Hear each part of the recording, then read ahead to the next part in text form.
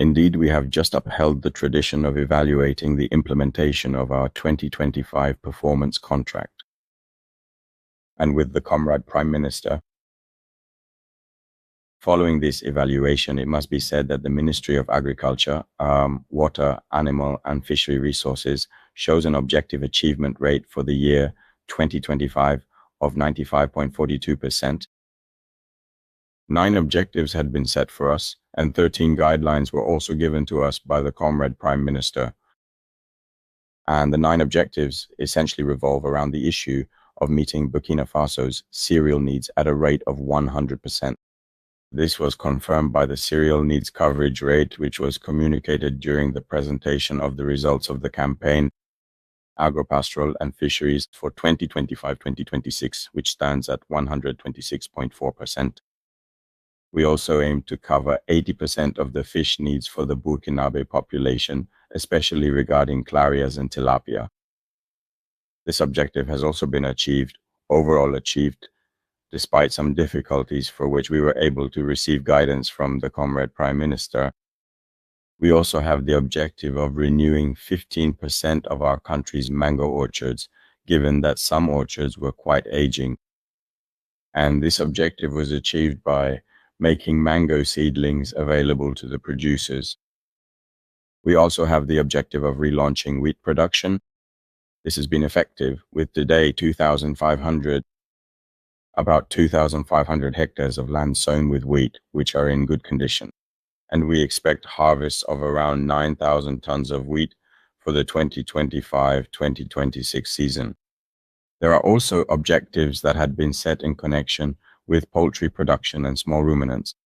These objectives were also met at very interesting rates by providing breeding stock, whether for poultry or also for small ruminants. There are, of course, the issues of good governance with the functioning of the bodies responsible for regulating the behavior of agents within our department. Measures have also been taken to this effect with the establishment of disciplinary councils that are operational, but also the implementation of all disciplinary regulations in force in the department and, of course, in the civil service in general. Alongside these general objectives, we also received some guidelines related to the operationalization of the new companies created during 2024, notably Faso Kosam. At this level as well, the results are quite interesting because we have 3 units today across the entire national territory.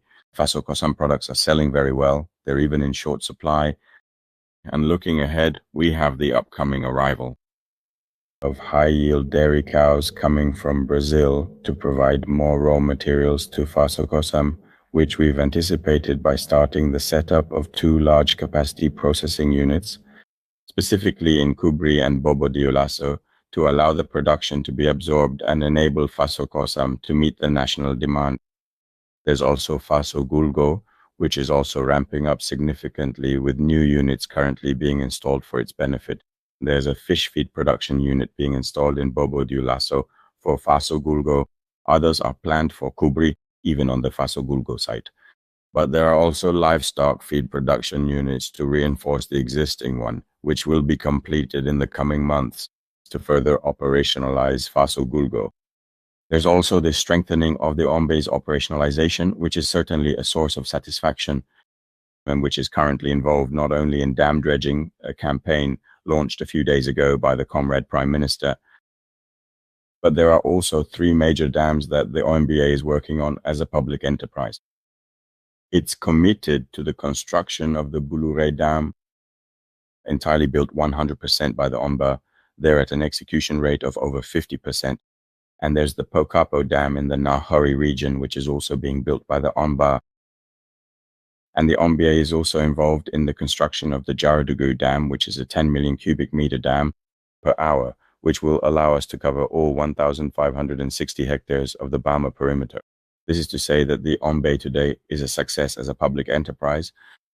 This is also thanks to the spirit of collaboration that exists between the OMBA, both the OMBA and Sonater, which are the 2 public enterprises of the department in charge of agriculture, water, animal, and fish resources, but also with Faso Maivo, the other public enterprise with which they share means and resources, whether human resources or technical means and equipment whenever the need arises.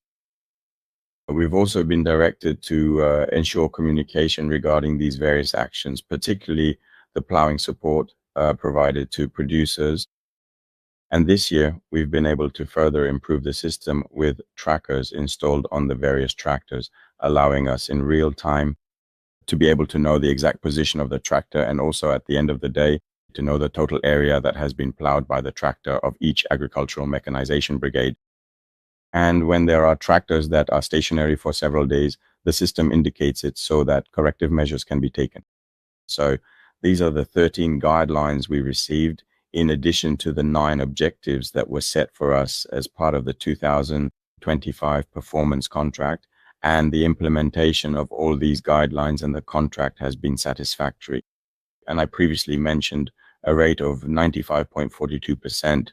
The Comrade Prime Minister has urged us to continue in the same vein, to consolidate our gains, and also to address the difficulties and the issues that currently limit the scaling up of the various structures and links in the supply or marketing chains for agro-pastoral and fishery products, and to take measures so these difficulties are resolved during 2026 to not only strengthen our food self-sufficiency with other products that will be brought to quite interesting production levels, but also to strengthen all the structures that contribute today to the implementation of the agro-pastoral and fishery offensive.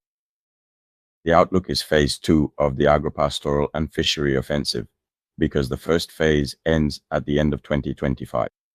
We haven't yet assessed the first phase because the dry season campaign is included as part of this first phase, and those harvests will take place in the coming months.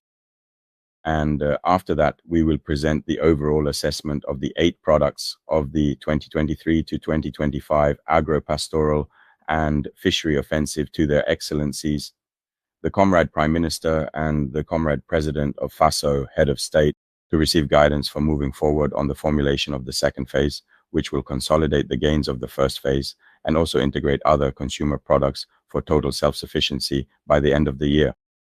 As Africa continues to search for real solutions to food security, economic independence, and dignity, what is happening in Burkina Faso offers an important lesson. Progress does not always begin with noise or foreign approval. Sometimes it begins with discipline, planning, and accountability to the people. The evaluation of Burkina Faso's agricultural objectives is not just a report. It is a signal that African institutions can set targets, measure results, and demand performance from leadership. This is how confidence is rebuilt. This is how trust is earned.